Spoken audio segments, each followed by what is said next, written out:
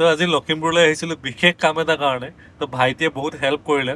আমাৰ শিৱসাগৰলৈ বাট সাহায্য দিবলৈ গৈছিলে, তেনেকৈ চিনাকি হ'লো, একদম আপোন হৈ গ'ল। আজি মই লখিমপুৰ আহিছিলোঁ, সেইদিনাখন শিৱসাগৰতো সহায় কৰিলে, আজি লখিমপুৰ অহাৰ লগে লগে লখিমপুৰতো বহুত সহায় কৰিছে। তো মৰমৰ ভাই, ধন্যবাদ দিছোঁ। তো আকৌ লগ পাম।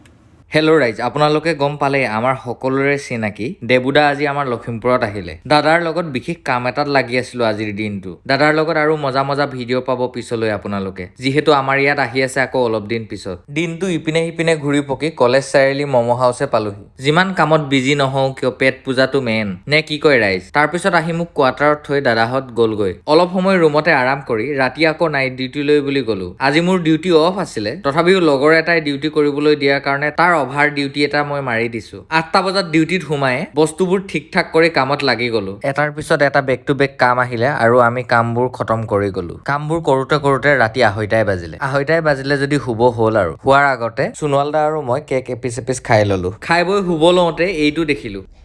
আমাৰ ব্লাড বেংকৰ নাইট ডিউটি পাৰ্টনাৰ কেক এপিচ পিছে ইউ চুৰ কৰি লৈ গ'ল। এনজয় কৰ ভাই। পুৰা খাইছে।